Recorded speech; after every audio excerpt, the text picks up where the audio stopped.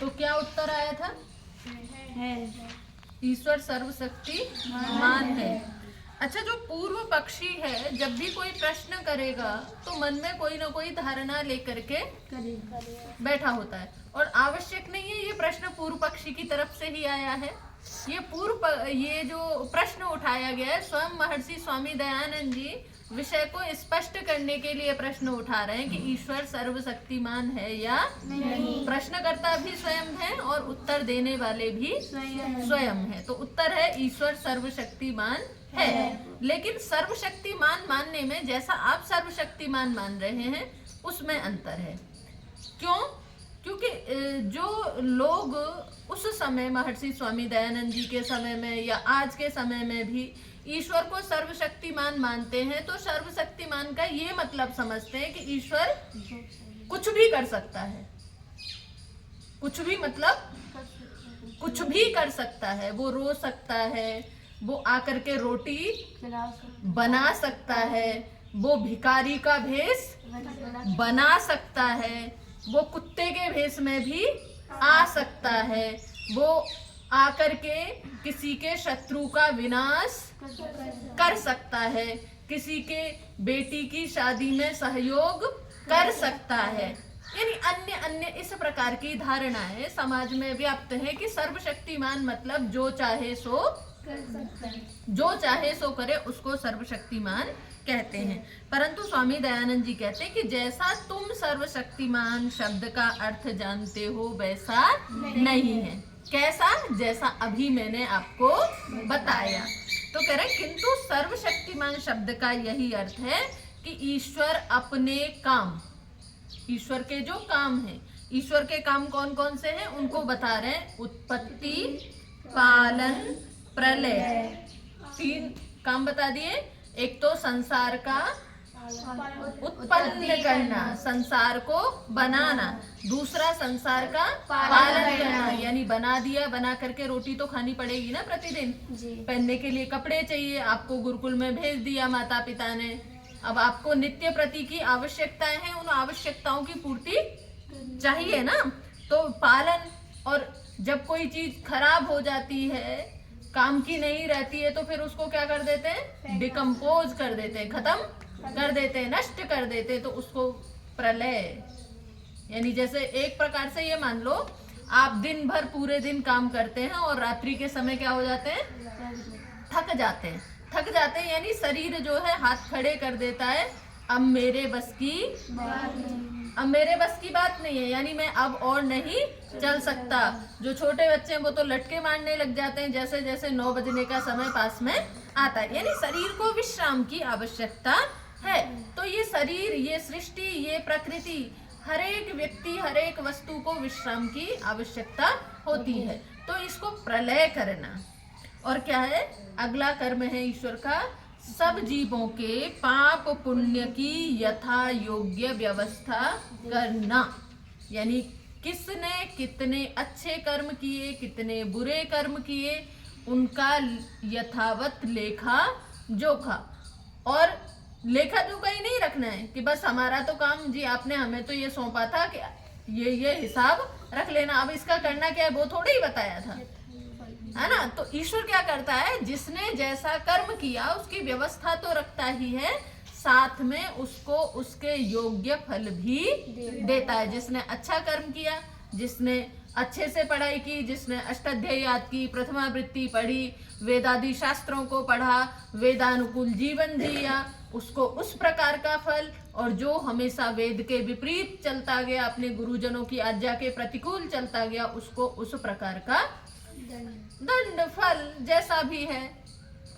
तो जिसने जैसा किया उसको उसी प्रकार का यथा योग्य दंड आदि व्यवस्था जो है ईश्वर देता है। अच्छे काम का अच्छा फल, बुरे काम का बुरा फल। अब ये कह रहे ये जो ईश्वर के काम है, संसार की उत्पत्ति करना, संसार का पालन करना, संसार का प्रलय करना, और जीवों के पाप पुण्य की व्यवस्था करना और उन्हें यथा योग्य फल देना, ये ईश्वर के क्या हैं? कर्म हैं। इसके साथ में एक और जुड़ जाता है, वेद का ज्ञान देना।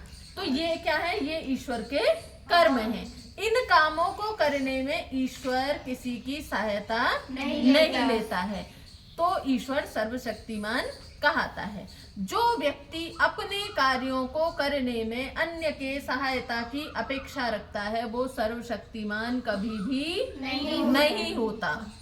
और जो व्यक्ति अपने कामों को करने में पूर्ण रूप से समर्थ है वो सर्वशक्तिमान है। जैसे मैं सर्वशक्तिमान नहीं हूँ, मुझे भोजन करना है तो भी मुझे उसमें 4 लोगों के सहयोग की अपेक्षा है। मुझे ये वस्त्र धारण करने हैं तो इस वस्त्र को धारण करने के लिए भी पता नहीं कितने लोगों का सहयोग इसमें अपेक्षित है। यानी मुझे अपना सामान्य सा जीवन चलाने के लिए कितने लोगों की सहायता की अपेक्षा होती है। यानी मैं जो अपना नित्य प्रति का दैनिक जीवन चला पा रही हूँ, मैं ये पुस्तक पढ़ रही हूँ, ये पुस्तक जिस पर रखी है, अभी हमने जो यज्ञ किया, ये सारी सामग्री मैंने नहीं बनाई है, किसी न किसी ने बना करके दी है। मैं तो उसकी बनाई हुई सामग्री को क्या कर रही हूँ, प्रयोग कर रही हूँ, उसके हिसाब से अपने जीवन का यापन कर रही हूँ। तो मैं सर्वशक्तिमान नहीं हूँ। सर्वशक्तिमान तो केवल व केवल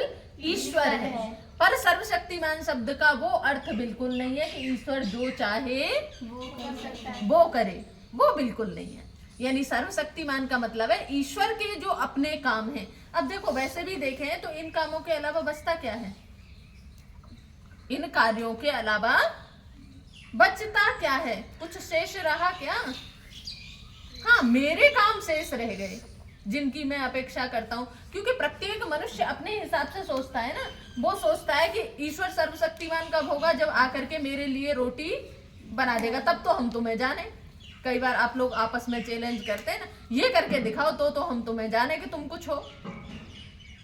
किसी को बहुत अच्छा भजन गाना आ जाए तो फिर वो कहेगा ये वाला गा के दिखाओ तो हम तुम्हें जाने। यानी जो कठिन, जिसके आरोह अवरोह आदि कठिन क्लिष्ट होते हैं, तो वो यदि ऐसा कर दिया तो हम जाने। यानी ईश्वर को हम ईश्वर तब मानेंगे जब ईश्वर आकर के हमारी रोटी बना दे, ईश्वर आकर के इस अष्टाध्यायी को मेरी बुद्धि में घुसा दे, 1 मिनट में याद करवा दे अष्टाध्यायी, तो हम ईश्वर को ईश्वर मान लेंगे। मेरी जो ये गाय का चारा पड़ा हुआ है, ये तुरंत 2 मिनट में सारी गौशाला साफ हो जानी चाहिए, तो हम ईश्वर को मानेंगे कि ईश्वर सर्वशक्तिमान है। नहीं तो हम तो नहीं मानेंगे। ये है सामान्य धारणा जो कि गलत है, जो कि गलत है। यानी हमारी जो ईश्वर को जो मानने का जो पैमाना है वो मेरे अपने हिसाब से है।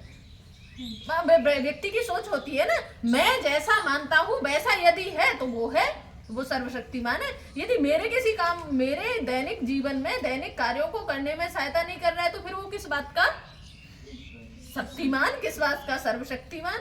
हम तो शक्तिमान वही समझते हैं ना, एक सीरियल आता था, वो ऐसे उंगली घुमाता था, है ना, छूमंतर, और फिर कहीं जहां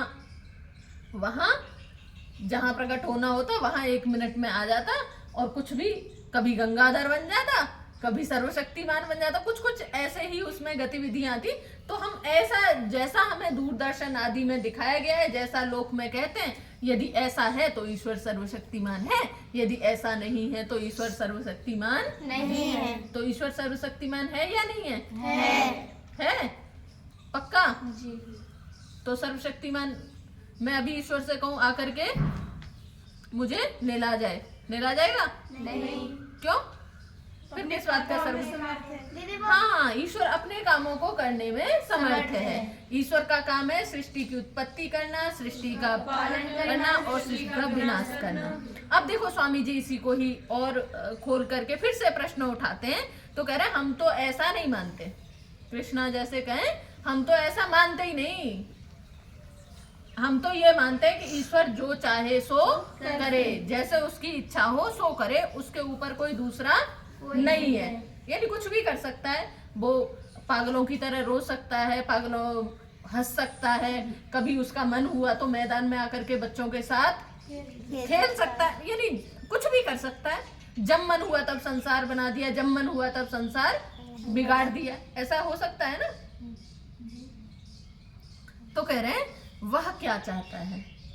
अब उल्टा प्रश्न कर दिया अच्छा चलो यही तुम ही बता दो कि ईश्वर चाहता क्या है। यदि तुमसे कहा जाए कि तुम चाहो तो तुम क्या चाहोगे? आपसे कुछ चाहने के लिए बोल दिया जाए, इच्छा करने के लिए बोल दिया है, सपना देखने के लिए बोल दिया जाए, तो कैसा सपना देखोगे? कैसा अपने भविष्य की कल्पना करोगे? अच्छा करोगे या बुरा करोगे? अच्छा। अच्छे में भी सबसे अच्छा करोगे, अच्छे में भी सबसे अच्छा। जो दुनिया में जितनी भी सारी अच्छी वस्तुएं, अच्छी चीजें होंगी, वो सारी तुम अपने लिए चाहोगे। अभी कह दिया जाए ना तो तुरंत सोचोगे कि अंबानी का बड़ा अंबानी मैं बन जाऊं, बिल गेट्स मैं बन जाऊं। हाँ, दुनिया की जो सबसे ज्यादा सुपर पावर, अच्छी सबसे सर्वश्रेष्ठ बुद्धि है, वो किसकी हो जाए? वो मेरी हो जाए। यानी जो भी कुछ दुनिया में, दुनिया के जितने अच्छे अच्छे द्रव्य, अच्छे अच्छे पदार्थ हैं, अच्छा भूखंड है, वहां पर चाहोगे वहां मेरा क्या हो? आवास हो, वहां झरना भी हो, वहां नदी भी हो, वहां बतख भी हो, वहां सब प्रकार के फूल भी हो, फल भी हो, वहां तितलियां भ्रमण कर रही हो, वहां सारे पक्षी, माने जितनी सुंदर से सुंदर कल्पना हो सकती है, वो क्या है? वो करेंगे। होती है, इच्छा होती है ना, मैं ऐसे सुरम्य सुंदर स्थान पर रहूं, होती है ना, मन करता है। तो ये नहीं, सोचने की जब बात आती है तो हम सोचते बहुत अच्छा सोचते हैं। तो भैया ईश्वर कैसा सोचेगा? अच्छा सोचेगा। तो स्वामी जी कह रहे हैं कि जो तुम कहो कि सब कुछ चाहता और कर सकता है, तो हम तुमसे पूछते हैं क्या ईश्वर ये चाहेगा मैं अपने आप को मार लूं? तुम चाहोगे? नहीं। अपना गला घोट के खुद ही मर जाएं, या अपने जैसे अनेक ईश्वर बना दूं? कृष्णा अपनी जैसी 4 कृष्णा खड़ी करनी चाहेगी? नहीं, क्योंकि कृष्णा के प्रतिस्पर्धी खड़े हो जाएंगे, अपनी वैल्यू खत्म। अपने जैसे 4 होने का मतलब अपनी तो वैल्यू डाउन हो गई ना, अपनी कीमत कम हो गई। हर एक व्यक्ति चाहता है कि मैं क्या बना रहूं? सुपीरियर बना रहूं, सर्वश्रेष्ठ मैं ही रहूं, यानी कोई भी नहीं चाहेगा। तो बोले तुम क्या ये चाह रहे हो कि ईश्वर क्या अनेक बन जाए और मूर्ख बन जाए? कोई मूर्ख बनना चाहता है? अविद्वान बनना चाहता है? चोरी करना चाहता है? व्यभिचार आदि बुरे कुकर्म करना चाहता है? पाप कर्म करना चाहता है? दुखी भी हो सकता है। यानी ईश्वर ऐसा चाहेगा क्या? नहीं। यानी जो विद्वान व्यक्ति होगा, जो समझदार होगा, वो ऐसा कभी भी नहीं चाहेगा। करेगा की बात नहीं है, चाहेगा ही नहीं। और एक है जैसे ये काम ईश्वर के गुण कर्म स्वभाव के विरुद्ध है, चोरी करना, जन्म लेना, मरना, अपने जैसे अनेक ईश्वर बनाना, ये सारे के सारे काम क्या है? ईश्वर के गुण कर्म स्वभाव के विरुद्ध है, विपरीत है। यानी जैसा जिसका गुण कर्म स्वभाव होता है वो वैसा ही तो करता है। जैसे हम कहते हैं बिच्छू है, बिच्छू का स्वभाव क्या है? काटेगा, चाहे तुम कितना भी कर लो। सांप को चाहे कितना भी दूध पिला लो, उसके अंदर जहर बनेगा ही बनेगा, उसका वो शाश्वत सत्य है, बदल नहीं सकता है। तो ईश्वर के जो गुण कर्म स्वभाव है, ईश्वर कैसा है? सर्वशक्तिमान है, न्यायकारी है, दयालु है, अजन्मा है। कैसा है? अजन्मा, यानी कभी जन्म नहीं लेता है। और कैसा है? अनंत है। अनंत यानी कोई अंत ही नहीं, यानी अंत ही नहीं है, तो मृत्यु आदि कहाँ से संभव है? तो ये कह रहे हैं जो तुम कह रहे हो कि ईश्वर अवतार लेता है, यानी अपरोक्ष रूप से स्वामी महाराज जी का संकेत ये है कि ईश्वर, जो लोग ये मानते हैं ना कि ईश्वर जो है रावण को मारने के लिए आया अवतार लेकर के, कृष्ण कंस को मारने के लिए आया, ये कह रहे ये क्या है? ये जो तुम्हारी कपोल कल्पित कल्पना है, ये तो ईश्वर के गुण कर्म स्वभाव के क्या जा रही है? विपरीत जा रही है। क्योंकि ईश्वर क्या है? अनंत है। ईश्वर क्या है? अनादि है। ईश्वर कैसा है? अजन्मा है। ईश्वर कैसा है? सर्वाधार है। और ईश्वर कैसा है? सर्वांतर्यामी। और ईश्वर कैसा? आनंद स्वरूप है। जब भी जन्म मृत्यु के बंधन में आएगा, शरीर में आएगा, तो निश्चित ही उसको दुख भोगना पड़ेगा। भगवान श्री राम का जीवन ही उठा करके देख लो, क्या उनको कष्ट नहीं हुआ? एक बड़े राज्य के राजकुमार होते हुए जंगल में जाते हैं। जंगली वो सुविधाएं जो राजमहल में होती हैं वो जंगल में सुविधाएं तो नहीं है। अब कोई भी व्यक्ति है जब जन्म लिया है तो काम करेगा, शरीर थकेगा तो कष्ट नहीं होगा। कभी बुखार भी आएगा, कभी चोट भी लगेगी। जब वो धनुष बाण चलाना सीखते होंगे, घुड़सवारी सीखते होंगे, क्या कभी गिरे नहीं होंगे? यानी चोट लगेगी तो कष्ट निश्चित ही होगा। तो यानी जब तक शरीर है कष्ट तो होगा। तो ये कह रहे हैं वो तो ईश्वर के गुण कर्म स्वभाव से विपरीत हो गया ना। ईश्वर कैसा है? आनंद स्वरूप है। कहते हैं ना सच्चितानंद स्वरूप, यानी सत्य चित्त आनंद स्वरूप है। जब शरीर में आ गया तो आनंद स्वरूप तो अपने आप खत्म हो गया। अपने आप को ही देख लो, कितने आनंद में हैं, कितना आनंद भोग रहे हैं। चलता रहता है ना, कभी अच्छा लगता है कभी बुरा लगता है। जब आइसक्रीम खाने को मिल जाती है तो अच्छा लगता है थोड़े देर के लिए, फिर जब उसी आइसक्रीम की वजह से नाक आ जाती है, जुकाम हो जाता है, गला खराब हो जाता है, तो फिर अच्छा लगता है? नहीं, बुरा लगता है, कष्ट होता है, पीड़ा होती है, होता है ना। बुखार आ जाता है तो फिर परेशान होते हैं। तो पर ईश्वर के साथ में ऐसा नहीं है। और ये कह रहे हैं कि जो तुम्हारा कहना है कि वह सब कुछ कर सकता है, तो ये ईश्वर में कभी नहीं घट सकता। इसीलिए सर्वशक्तिमान का अर्थ जो हमने कहा वही ठीक है।